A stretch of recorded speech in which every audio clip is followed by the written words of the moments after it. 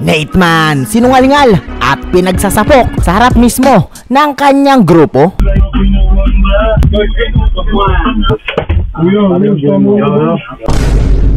Yo, kanina lang to nangyari at ang video na ito ay inilantad ng Facebook page na Today's Hip Hop. Kung makikita mo sa video ay magkakasama nga ang buong OL gang na sila Real Scram, CKYG, Hindi Ko Maaninag at ang feel na feel pa sa pagkanta na si Nateman.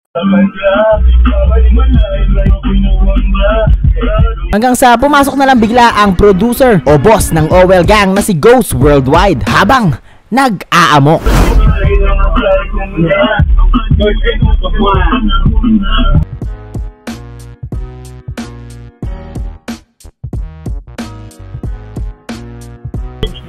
Ano kasalanan ko sa'yo?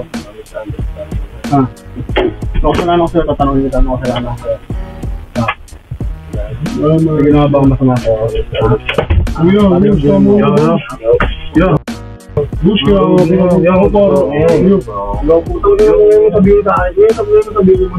pinapunta ko para butang mo. Okay ako, ano kasalanan ko sa'yo? Ano kasalanan ko sa'yo? Tatanungin kita, ano kasalanan ko sa'yo? Ngayon, may kasalanan ako sa'yo. Muna yun, parang sige ako sa...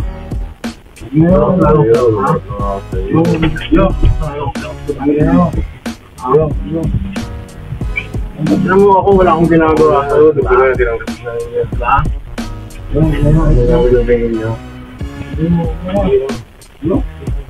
Ginawa ko sa'yo, ha? Alam mo ko na. So ayun no, according sa nangyari, may sinabi atang masama si Nateman behind Ghost Worldwide's back. Di ko alam kung this yun o personal issue between these two. Pero para sa akin, grabe, di ko inakala sa lahat ng kanta ni Nateman na sobrang gangster. Man, kahit boss nyo pa yan, para sa akin di ka dapat tutupin ng ganun. Nagmukha silang bata sa internet shop na pinagtripan ng lasing eh. Anong ginawa ko sa'yo? Anong ginawa ko sa'yo?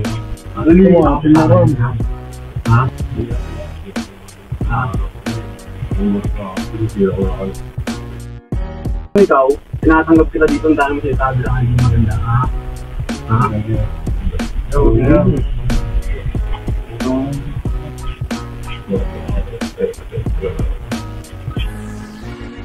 Ang ginagawa mo sa akin, yung pinagbibigyan po. Pero bago natin ituloy, nag-subscribe ka na ba? Damen, anin. Wala yun. Anin.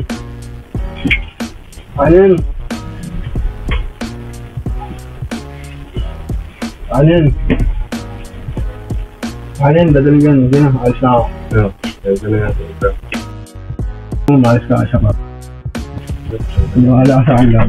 Papain pa ang higin mo.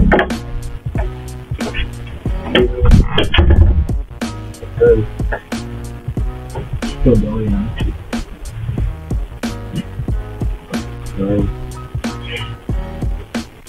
Ano mo nito?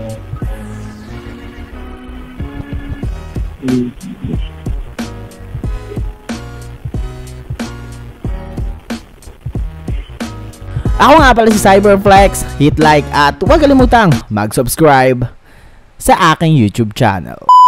Ops, sandali lang. Nga pala, pwede kayong magpapromote ng kanta sa akin. If meron kayong original composed song, message nyo lang ang Facebook page ng Cyberflex at mapeflex na natin ang kanta mo sa halagang 200 pesos via GCash.